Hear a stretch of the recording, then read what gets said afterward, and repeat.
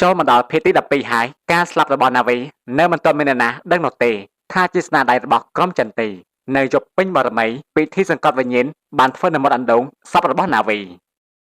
ពួកឯងត្រូវតែនៅក្នុងរង្វង់សីមានេះកុំឲ្យចេញក្រៅឲ្យសោះបើមិនចឹងទេយើងជួយមិនបានទេលឺទេម៉ែគ្រូហាក់ចោះចាំបាច់ដោះខ្សែកចេញពីពួកខ្ញុំធ្វើអីទៅខ្ញុំបានអីការពារខ្លួនទៅនេះបើវាចេញមកចាំបាច់កខ្ញុំនឹងខ្ញុំមិនស្លាប់ទៅហើយទេអីឯនៅតែក្នុងហ្នឹងតែវាធ្វើអីមិនបានទេហើយបើយើងមិនយកខ្សែកនេះមកធ្វើពិធីធ្វើមិនទាំងឯងគ្រប់សង្កត់វិញ្ញាណវាបានទេឯងមិនបាច់ភ័យទេមានយើងនៅទីនេះវាធ្វើអីឯងមិនបានទេនៃជីវិតពួកខ្ញុំផ្ញើទៅលើម៉ែគ្រូហើយហ្នឹងត្រូវតែការពារខ្ញុំឲ្យបានបើមិនចង់ស្លាប់នោះបើមិនចង់ស្លាប់ត្រូវតែស្ដាប់សម្ដីរបស់យើងទោះមានរឿងអ្វីក៏ដោយមិនត្រូវចេញពីខ្សែសីមានេះចិត្តឲ្យខាតហើយចុះតាពេលណាទើបចាប់ផ្ដើមពិធីទៅនេះខ្ញុំខ្លាចដែរម៉ែគ្រូមិនកូនណានាំពួកខ្ញុំមកទីនេះសោះហើយយើងខំចេញមកជួយហើយឯងមកថាឲ្យយើងនាំឯងមកប្របាក់ទៀតមែនទេតិចទុកចោលឲ្យខ្មោចវាកាច់កឯងឥឡូវហើយកុំចេះពេកនេះជាលទ្ធផលដែលពួកឯងសាងតើម៉ែគ្រូឆាប់ចាត់ការលឿនទៅនឹងអាចបានត្រឡប់ទៅវិញខ្ញុំពិតជាខ្លាចណាស់ហ្នឹងពួកឯងមិនរត់ស្លាប់ហើយមែនទេ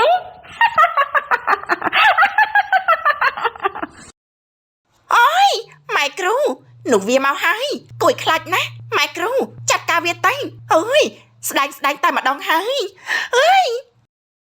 ហើយម៉ែគ្រូនៅចាំអីទៀតចាត់ការវាទៅវាមកកាច់កលើហើយអូយពួកឯងកុំចេះនៅឲ្យតែស្ងៀមទៅបើមិនចប់ស្លាប់នោះយើងចេះធ្វើការហើយពួកវាជាមនុស្សអាក្រក់មិនក៏ឯងជួយវាឯងចង់ស្លាប់ទៅថ្នាក់នរកមែនទេដឹងទេថាពួកវាបានធ្វើអ្វីខ្លះចំពោះខ្ញុំនោះវាត្រូវទៅសងជីវិតមួយនេះ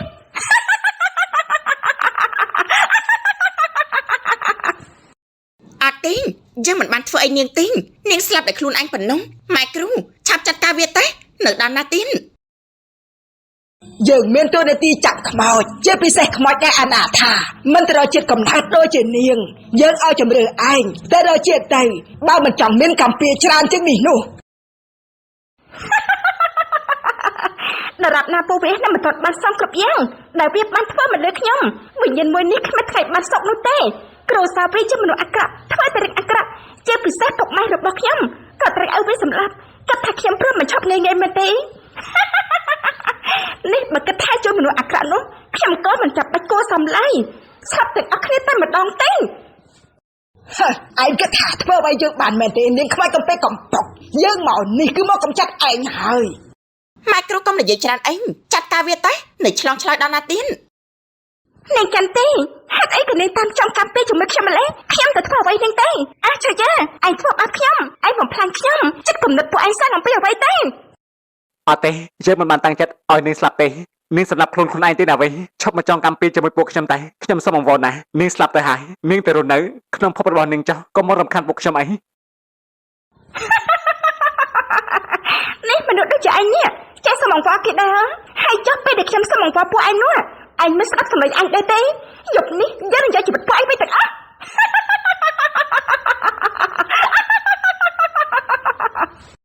ម៉ែគ្រូនៅដល់ណាទៀតមិនក៏មិនចាត់ការវាទៅអើមហាមុនអាគមខ្មៅ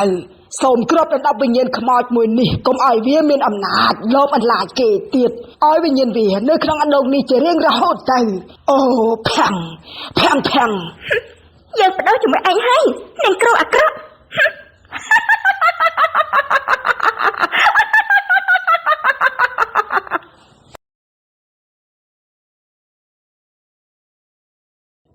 ជួយមនុស្សអាក្រក់ឯងមិនខ្លាចធ្លាក់នរកទេឬយាយកញ្ចាស់ជារឿងរបស់យើងឯងក៏មិនចេះគិតពីយើងនោះគិតតែពីខ្លួនឯងវិញទៅថាអាចយកឈ្នះយើងបានដែរឬក៏អត់នោះយើងធ្វើអីក៏បានឲ្យតែបានមាសប្រាក់ជីវិតមានគឺជាជីវិតដែលមានក្តីសុខបំផុតតើបីដឹងថារឿងដែលឯងធ្វើដូចជារឿងខំមែនទេឯងសប្បាយមែនទេដែលឃើញគេវេទនានោះយើងដាស់តឿនក្នុងនេះល្អហើយតែបើមិនស្ដាប់នោះយើងក៏ជួយមិនបានដែរសំដីខ្លាំងណាស់គិតថាអាចយកឈ្នះយើងបានមែនទេឯងចាប់ពេលនេះហើយនាងខ្មោចអនាថាមិនបាច់និយាយច្រើនទេឯងស្លាប់ទេតើតួទៅអូមហាមុនអាគមចាត់ការវាទៅ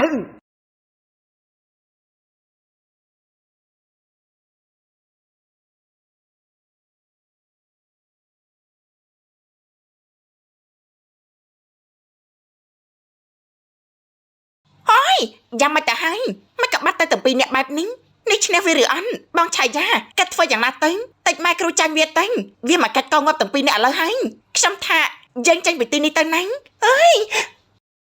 នេះឯងមិនចាំសម្ដីម៉ែគ្រូទេឬទោះបីជាមានរឿងអ្វីក៏ដោយក៏មិនត្រូវចេញពីខ្សែសេម៉ាននេះដែរ ចៅបានមិនឃើញម៉ែគ្រូផងនោះបងចង់យកជីវិតមកចោលនៅទីនេះមែនទេអាចថាម៉ែគ្រូនោះងាប់ក្រោមដៃរបស់នាងណាវីហើយទេដឹង បងថាពួកគេកំពុងតែប្រយុទ្ធគ្នាហើយបងម៉ែគ្រូចាញ់ស្មានតែយើងបានមកនៅទីនេះកើតមែនទេចាំមើលសិនទៅ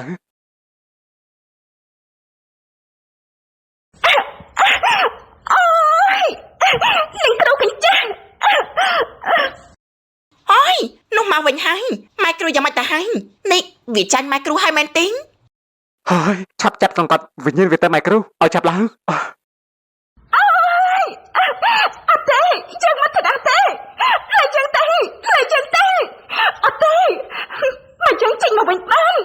យើងមិនសម្រាប់ផ្លាយទាំងអស់អូយក្តៅណាស់ក្តៅណាស់ក្តៅណាស់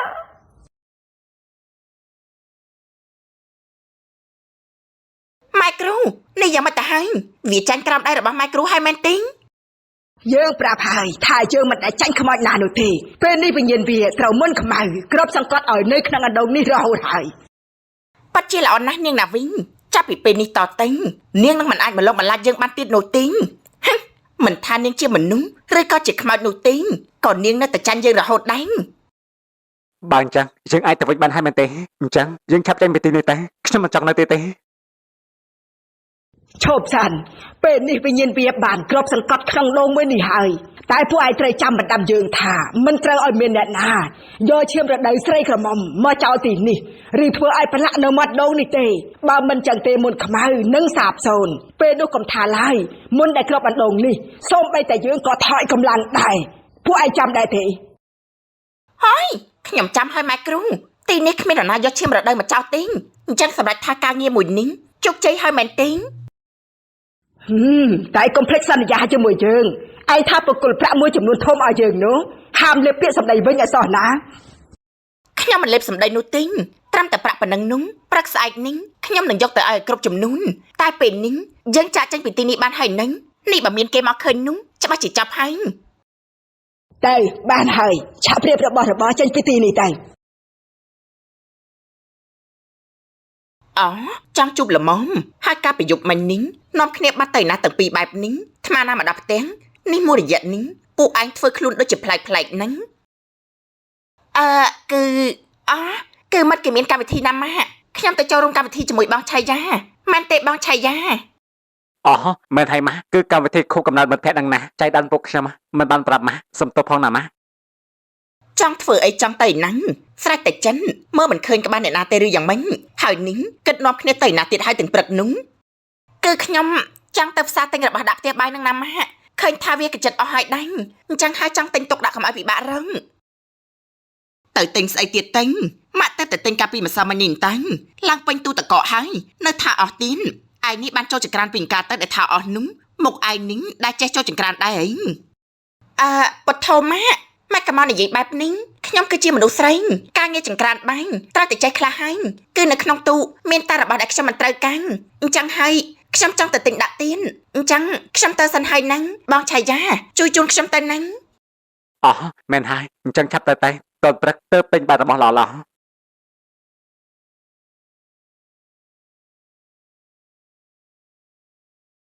ពិតជាចម្លែកហ្នឹងធម្មតាពួកគេមិនសូវត្រូវគ្នាទេតែមួយរយៈធំនេះទៅណាមកណាជាមួយគ្នារហូតបើវាចេះស្រឡាញ់គ្នារហូតបែបនេះគឺល្អហើយគឺឲ្យលុយម៉ែគ្រូនោះហើយឈប់ពាក់ព័ន្ធជាមួយទៀនខ្ញុំមិនចង់មករវល់ជាមួយរឿងបែបនេះទៀតនោះទេមួយរយៈនេះខ្ញុំជួបតែរឿងពិសេសគឺរឿងដែលស្មានមិនដាន់រឿងខ្មោចមានតែរឿងមុនអាគមមិនក៏ក្នុងលោកនេះមានរឿងអញ្ចឹងដែរអើយ នេះបើមិនបានមុនអាគមនោះទេស្មាតឯងអាចមានជីវិតរស់មកដល់ពេលនេះហីមើលតែកូនចោះលទ្ធផលដែលវាមិនជឿចុងក្រោយវាក៏ស្លាប់តែនាងណាវីនោះវាតាមព្យាបាទណា គិតទៅវាជារឿងរបស់បងសោះហ្នឹងខ្ញុំមកពិបាកជាមួយដែរអូយ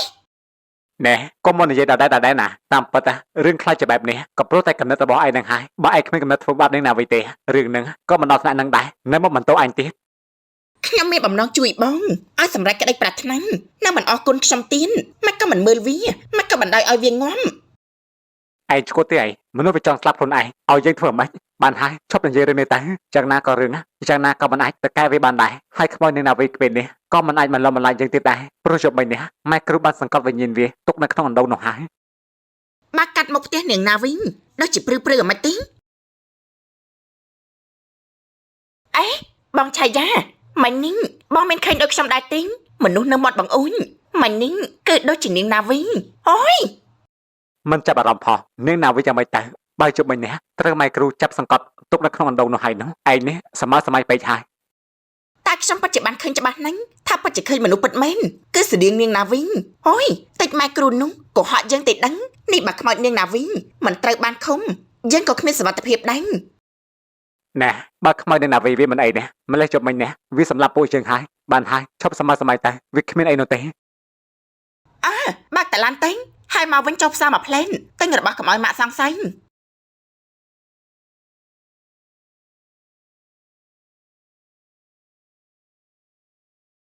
យ៉ាងម៉េចដែរក្មួយតបតែងផ្ទះរួចហើយមានអារម្មណ៍បែបណា គឺពិតជាគួរចង់រស់នៅហ្នឹងណាក្រៅបងអូនមានតែសភាពព្រៃភ្នំលើសម្លេងចាប់យំបែបនេះជាសម្លេងដែលគួរចង់ស្ដាប់ឲ្យមានអារម្មណ៍ល្អអ្នកមិនដឹងទេថាខ្ញុំពិតជាចង់រស់នៅក្នុងបរិយាកាសបែបនេះហ្នឹង មិននឹកស្មានថាក្មេងស្រីសម័យថ្មីដូចក្មួយបែរចង់មករស់នៅក្នុងទីជនបទបែបនេះសោះគួរតែរស់នៅក្នុងទីក្រុងទំនើបសប្បាយជាង នៅទីក្រុងគ្មានអ្វីអស្ចារ្យសម្រាប់ខ្ញុំទេមីងមិនដឹងអានថាការរស់នៅជាមួយធម្មជាតិបែបនេះជីវិតបែបនេះគឺជាបំណងប្រាថ្នារបស់មនុស្សគ្រប់គ្នានៅទីក្រុងមានតែគ្រឿងយន្តលើតែសម្លេងឡានម៉ូតូត្រហឹងអើងកងជីវិតមានតែភាពរញ៉េរញ៉ៃបែបនោះខ្ញុំចង់បានទេផ្ទុយទៅវិញមានតែជីវិតរស់នៅបែបសាមញ្ញមានធម្មជាតិស្អាតឲ្យមើលរាល់ថ្ងៃបែបនេះគឺជាចំណងចំណូលចិត្តរបស់ខ្ញុំច្រើនជាងអើខ្ញុំគិតហើយប្រកាសជានាងពិតមែននេះរៀបចំផ្ទះចុងមកនៅមែនទេ អូនេះក្មួយម្នេះនៅមិនទាន់ស្គាល់ទេនេះគឺជាក្មួយមុំជាមិត្តជិតស្និទ្ធនឹងកូនណាវីពួកគេរាប់អានគ្នាតាំងពីតូចមកម្ល៉េះ ចាជំរាបសួរអ្នកនាងមុំនេះមើលតែក៏អាយុស្រកោគ្នាដែរនឹងសូមហៅថាមុំបានអានចាមិនអីទេហៅមុំបែបនេះល្អហើយនេះថ្ងៃមុននោះបានជួបតែមួយផ្លែនតែមិនអស់ចិនក៏ចង់មកតាមមើលទៀតទេនាងគឺពិតជាដូចណាវីខ្លាំងណាស់ខុសតែការស្លៀកពាក់ប៉ុណ្ណឹងព្រោះនាងនៅទីក្រុងស្លៀកពាក់បែបតាមអ្នកទីក្រុងសម័យថ្មីតែស្អាតក៏មិនចាញ់ណាវីដែរហ្នឹងនេះដូចជាសរសើរខ្ញុំពេកហើយបងណាវីគាត់ស្អាតណាស់គាត់សុភាពរៀបសារគួរឲ្យស្រឡាញ់តាមការពិតទេខ្ញុំក៏ចង់សុភាពដែរប៉ុន្តែធ្វើមិនបានសោះ នេះមិនក៏ក្មួយដឹងថាកូនណាវីសុភាពបើមិនដែលបានជួបគ្នាផងនោះ តាមការពិតទេខ្ញុំក៏មិនដែលបានជួបគ្នាផ្ទាល់ដែរគឺខ្ញុំបានជួបគាត់តែក្នុងយល់សប្តិទេមិនដឹងអានថាកាលពីក្មេងមកខ្ញុំយល់សប្តិឃើញគាត់តែរហូតនឹងខ្ញុំក៏ឆ្ងល់ដែរថាហេតុអីមនុស្សដែលខ្ញុំយល់សប្តិឃើញមានមុខដូចខ្ញុំយ៉ាងនេះតាមការពិតរឿងគឺវាបែបនេះសោះខ្ញុំក៏បានយករឿងនេះនិយាយជាមួយប៉ាម៉ាក់ដែរតែគាត់ជាយាមលាក់បាំងជាមួយខ្ញុំតែរហូតនឹង អូចាំមកថាឈាមរត់រឈាមពិតមែនតែគូអោយស្ដាយពេលនេះកូនណាវីមិនដឹងថាទៅណាស្លាប់ឬក៏រស់ក៏មិនដឹង មករយៈចុងក្រោយនេះខ្ញុំយល់សប្តិឃើញគាត់ស្រែកហៅឲ្យជួយ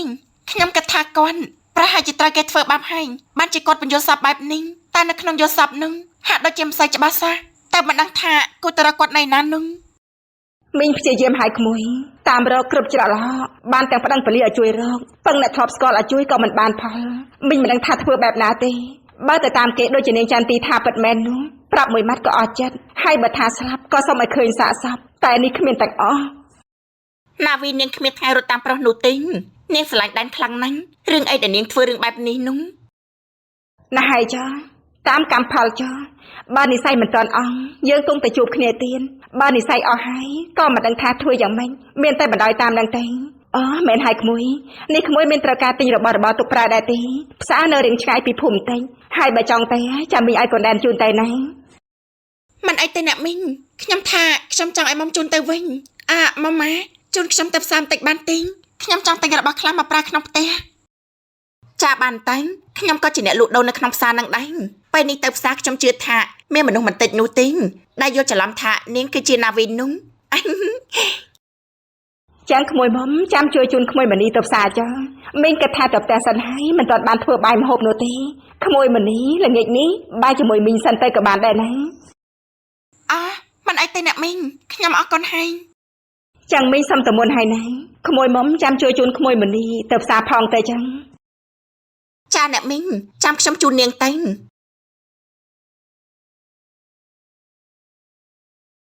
បានចឹងខ្ញុំគិតថាយើងទៅតែម្ដងទៅណោះនេះយើងត្រូវដើរទៅមែនទេព្រោះខ្ញុំអត់បានយកឡានមកទេព្រឹកមិញនេះមកជាមួយតាក់ស៊ីទេជិះឡានអីទេផ្លូវតូចតែមួយនឹងជិះម៉ូតូជាមួយខ្ញុំទេខ្ញុំជិះម៉ូតូមកដែរតាំងតោះទៅជាមួយគ្នាតែម្ដងទៅនឹង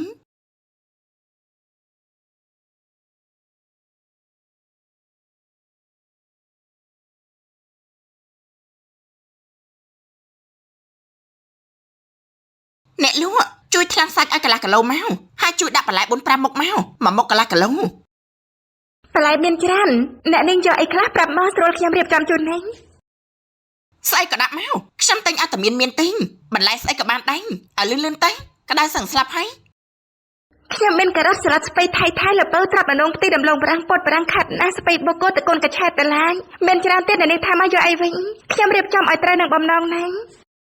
យីប្រាប់ហើយតាថាដាក់ 4-5 មុខមកនៅរៀបរត់នៅនឹងហើយខ្ញុំទិញអត់តែបានទេមិនក៏ស៊ូតដែរទៀតមិនចេះស្ដាប់ខ្មែរទេឬយ៉ាងម៉េចបាត់ថាពិបាកពេកខ្ញុំទៅទិញអ្នកផ្សេងក៏បានដែរហ៊ុយចា ដាក់ឲ្យមកនៅសួរថ្មីទៀតអ្នកលោកស្អីគេសួរនំចាំណែនោះហើយ យ៉ាងមិនហើយបបផាលក់ដាច់ដែរទេនឹងអើយខ្មោចនាងណាវីបងឆាយាវាមកហើយខ្មោចអើយណាចន្ទទីងនាងស្រ័យស្អីទៅនរណាជាខ្មោចនោះឈួតមែនទេមកស្រ័យលំអើគេបែបនេះ ហាណាវិញនេះមិនទាន់ស្លាប់ទេអីហើយស្អីហ្នឹង នេះខ្ញុំចាំបានហើយខ្ញុំធ្លាប់ជួបអ្នកទាំងពីរម្ដងកាលនៅផ្សារភ្នំពេញខ្ញុំមានស្លាប់ឯណាទេខ្ញុំនៅរន់តាញ់មិនក៏អ្នកទាំងពីរឃើញខ្ញុំហើយភ័យដូចឃើញខ្មោចអញ្ចឹងអត់ទេមិនពិតទេរឿងវាយ៉ាងម៉េចទៅវិញទេគឺជានាងណាវីមែនទេគេមិនមែនតាមការពិនខ្ញុំគឺជាណាវីយ៉ាងម៉េចភ្ញាក់ផ្អើលឡើងនេះធ្លាប់បានធ្វើអ្វីដាក់ខ្ញុំមែនទេបានជាភ័យបែបនេះហើយក៏ស្រែកថាខ្ញុំជាខ្មោចនេះខ្ញុំស្លាប់ពេញកាទេធ្លាប់បានសម្លាប់ខ្ញុំមែនទេនាងនិយាយស្អីទៅគឺឮថានាងបាត់ខ្លួនគ្រប់គ្នាក៏គិតថានាងស្លាប់អញ្ចឹងហើយបានជាខ្ញុំឃើញនាងក៏ភ្ញាក់ផ្អើលនោះសម្រាប់ថានាងគឺជាណាវីមែនទេហើយម៉នីងកុំតែនិយាយជាមួយពួកគេអីទៅទិញរបស់ដែលត្រូវទិញវិញទៅ ចប់សិនមិញនេះនាងហៅណាវីថាម៉ានីរឿងវាយ៉ាងម៉េចទៅវិញ ខ្ញុំប្រាប់កុំឲ្យយល់ខុសទៀតទៅចឹងម្នាក់នេះមិនមែនជាណាវីទេមកកុំនិយាយអីខ្ញុំមិនចង់ឲ្យគេដឹងទេមុននឹងក្រោយគេគង់តែដឹងដដែលនឹងខ្ញុំសូមប្រាប់ទាំងអស់គ្នាដឹងចាស់ហ្នឹងអ្នកនៅក្នុងផ្សារទាំងអស់នេះស្រីម្នាក់នេះមិនមែនជាណាវីទេនាងជាប្អូនស្រីភ្លោះរបស់ណាវីនាងមានឈ្មោះថាម៉ានីថាម៉េចនាងណាវីវាមានបងប្អូនភ្លោះមែនទេអញ្ចឹងកាលថ្ងៃនោះខ្ញុំជួបនាងនៅផ្សារក៏ជានាងដែរមែនទេអើយខំតែភ័យហើយ នេះជាប្អូនស្រីណាវីមែនទេហោមិនក៏មិននិយាយតាំងពីដំបូងតែធ្វើឲ្យខ្ញុំ យ៉ាងម៉េចគ្រាន់តែឃើញខ្ញុំមិនក៏ភ័យយ៉ាងនេះឬមួយក៏មានការពាក់ព័ន្ធនឹងការបាត់ខ្លួនរបស់បងណាវីនាងនិយាយស្អីទៅពាក់ព័ន្ធស្អីទៅគឺខ្ញុំចេះតែខ្លាចនឹងណាពីព្រោះមានតែគេនិយាយថានាងណាវីនោះវាងំអញ្ចឹងហើយបានជាពួកខ្ញុំខ្លាចនោះអ្នកណាជាអ្នកថាណាវីស្លាប់នោះក្រែងនាងមែនទេដែលជាអ្នកនិយាយថាណាវីរត់តាមប្រុសនោះមិនក៏ពេលនេះបើជានិយាយថាណាវីស្លាប់ទៅវិញហើយតាមតាវាទៅបែបណាក៏បែបនោះទៅខ្ញុំខ្វល់ទេស្លាប់ឬមួយក៏រស់ក៏មិនពាក់ព័ន្ធអីនឹងខ្ញុំទេតាបងឆៃយ៉ាយើងទៅវិញទៅ អើហើយចុះបន្លែដាក់ឲ្យខ្ញុំខ្លាំងនោះមិនយកទេណានាងអើយមិនចេះពូននេះ មុំខ្ញុំថាកុំឲ្យពួកគេស្គាល់ខ្ញុំអីខ្ញុំចង់ដឹងជាងនេះព្រោះខ្ញុំពិតជាចម្លែកចិនថាឲ្យតែពួកគេបានជួបខ្ញុំតែតែស្រែកថាខ្មៅខ្ញុំគិតថាគេអាចជាប់ពាក់ព័ន្ធកថាបានខ្ញុំសុំទោសផងហ្នឹងព្រោះខ្ញុំមិនដឹងពីបំណងរបស់ម៉ានីគឺខ្ញុំរវល់តែគិតចង់ឲ្យគ្រប់គ្នានៅក្នុងផ្សារនេះបានដឹងហ្នឹងនឹងមិនឲ្យគេយល់ច្រឡំថាម៉ានីគឺជាណាវីមិញនេះនាងនិយាយថាការបាត់ខ្លួនរបស់ណាវីមានជាប់ពាក់ព័ន្ធនឹងចន្ទទីហងខ្ញុំថារឿងនេះកុំនិយាយនៅទីនេះអីចាំទៅដល់ផ្ទះយើងទៅឲ្យបានសិនទៅ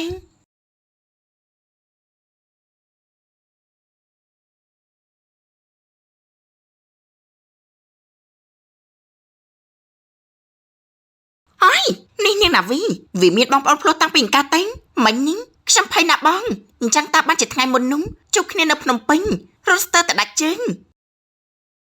យ៉ាងមិនទៅហើយមកវិញហើយ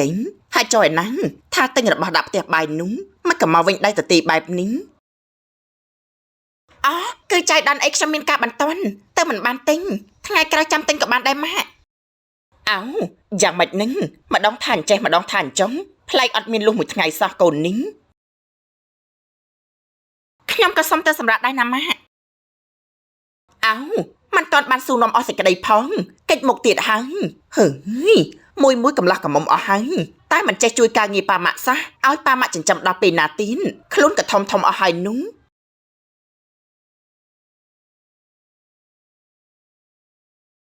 ខ្ញុំសុំសួរបន្តិចបានទេផាបងណាវិញមានពាក់ព័ន្ធអីជាមួយពីរអ្នកនោះបានស្ដាប់តាមការនិយាយរបស់ពួកគេគឺដូចជាមិនចូលចិត្តបងណាវីសោះត្រូវហើយមិនត្រូវជាមួយណាវីទេខ្ញុំក៏មិនចូលចិត្តពួកគេដែរពីរអ្នកមិញនឹងហើយដែលជាកូនរបស់តាកែសុននោះដែលជាអ្នកមាននៅក្នុងតំបន់នេះប្រើលុយប្រើសិទ្ធិអំណាចរំលោភបំពានដីព្រៃអ្នកក្រជាពិសេសនោះគឺដីព្រៃសហគមន៍របស់អ្នកភូមិតែម្ដងវាឈូសឆាយចិត្តអស់ហើយហើយចាប់ពួកមន្ត្រីនៅម្ដុំនេះគេមិនធ្វើការទេឬយ៉ាងម៉េចបានជាបណ្ដោយឲ្យពួកឈ្មួញទាំងនោះបំផ្លាញធនធានធម្មជាតិបែបនេះហើយតែជឿអីមន្ត្រីពួកហ្នឹងហៅប៉ៅពួកគេចាំតែទទួលលុយថាកែសុនហ្នឹងមិនហ៊ានធ្វើអីគេនោះទេថែមទាំងចេញមុខការពារពួកនោះទៀតកុំថាឡើយតែហាមខន់មានតែការពារពួកវាថែមទៀតចាប់ឲ្យមន្ត្រីនៅទីនេះមិនធ្វើការឲ្យអ្នកភូមិមិនក៏មិននាំគ្នាទៅប្តឹងដល់ថ្នាក់លើទៀតទេបណ្ដោយបែបនេះអស់ឈើអស់ព្រៃមិនខានទេហើយលើថាអ្នកស្រុកបានផ្ដិតមេដៃដាក់ពាក្យបណ្ដឹងទៅថ្នាក់លើហើយតែយូរទៅហើយមិនឃើញមានវិធានការអីផងស្ងាត់ទៅប្រហែលជាអនាគតទៅព្រៃឈើអស់នេះខ្លាចជាទីវាលហោឋានខានទេខ្ញុំក៏ជាអ្នកស្រឡាញ់ធម្មជាតិដែរអញ្ចឹងហើយបានជាខ្ញុំធ្វើការជាមួយអង្គការមួយនេះខាងអភិវឌ្ឍជនបទនិងអភិរក្សធនធានធម្មជាតិនោះបើយើងគឺជាអ្នកតូចតាំងកុំតតាំងជាមួយពួកវាអីលទ្ធផលមិនល្អនោះទេពួកយើងមានតែរងចាំថ្នាក់លើដែលគេមានអំណាចមកជួយការពារព្រៃឈើតំបន់នេះបើរំពឹងតែអ្នកភូមិពួកយើងប្រើអស់មធ្យោបាយហើយណាមួយមន្ត្រីនៅតំបន់នេះសម្លឹងមើលឃើញតែលុយគេឲ្យលុយហើយក៏សំងំចាយមិនការពារឈើមិនការពារព្រៃនោះទេយ៉ាងត្រូវតែមានសង្ឃឹមណាស់បើយ៉ាងនៅតែចាញ់គេរហូតបែបនេះពួកអ្នកមានអស់នោះនឹងកាន់តែបានចិនហើយបន្តបំផ្លាញព្រៃបំផ្លាញធម្មជាតិរហូតបែបនេះខ្ញុំជឿថាថ្ងៃណាមួយពួកនោះនឹងទទួលកម្មផលរបស់វាហើយបើមកនិយាយរឿងពីរអ្នកនៅក្នុងផ្សារមួយនេះវិញទៅមិនក៏គេមិនចូលចិត្តបងណាវិញជាពិសេសគឺស្រីម្នាក់នោះតែម្ដងពួកគេជាសងសាននឹងគ្នាមែនទេអត់ទេណាគឺជាបងប្អូនមកកើតតាំងគឺអញ្ចេះណាគឺនាងមិញនេះមានឈ្មោះថាចន្ទទីហើយបងប្រុសរបស់គេមានឈ្មោះថាឆាយាបានជានាងចន្ទទីមិនចូលចិត្តណាវិញនោះពីព្រោះនាងក៏ស្រឡាញ់ដែនតែដែនមិនស្រឡាញ់នាងវិញនោះទេនាងខាងចិនពីព្រោះនាងមានគ្រប់យ៉ាងតែដែនបែរជាមើលមិនឃើញបែរជាទៅស្រឡាញ់ណាវិញទៅវិញតាមកាពិននាងចន្ទទីនោះខាងរឿងប្រុសមិនស្រឡាញ់បែរជាមកស្អប់បងណាវិញស្រីអញ្ចឹងប្រុសមិនយកដាក់ខាងគេខាងឯងនោះគេទៅគូដណ្ដឹងបងណាវិញក៏មិនធម្មតាដែរហ្នឹងមានស្រីស្រឡាញ់ច្រើនក៏ព្រោះតែគេគឺជាបុរសសម្បូរស្នេហ៍សង្ហាស្រីណាក៏លងស្នេហ៍ដែរនាងក៏ធ្លាប់បានជួបគេម្ដងដែរតែគេសង្ហាហ្នឹងត្បិតតែគេគឺជាកំឡោះស្រុកស្រែប៉ុន្តែមុនស្នេហ៍ក៏មកអែមដែរហ្នឹងណែសរសើរគេបែបនេះតែថាមានចិត្តលើគេដែរតែនិយាយលេងទេណានិយាយលាក់បាំងអីទៅ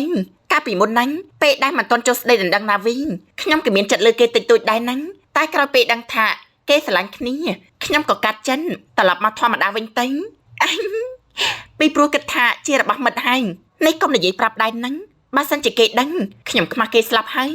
តែនេះគ្រាន់តែជាអារម្មណ៍កាលពីមុនទេហ្នឹងពេលនេះពួកយើងទាំងពីរត្រឹមតែជាមិត្តធម្មតាទេគ្មានអារម្មណ៍ស្នេហាអីនោះទេរឿងវាមានច្រើនទីនតែតុកនិយាយនៅពេលក្រោយចាស់ហ្នឹងចាអរគុណណាស់ថ្ងៃនេះបានជូនទៅផ្សារហើយនៅដឹកជូនមកដល់ផ្ទះទៀនពិតជាអរគុណពិតមែនណាស់ចាមិនអីទេយ៉ាងណាក៏រាប់អានគ្នាទៅពីព្រោះនាងក៏ជាប្អូនស្រីរបស់ណាវិញខ្ញុំក៏មិនគិតថាជាអ្នកឆ្ងាយអីដែរមកដល់ផ្ទះល្មម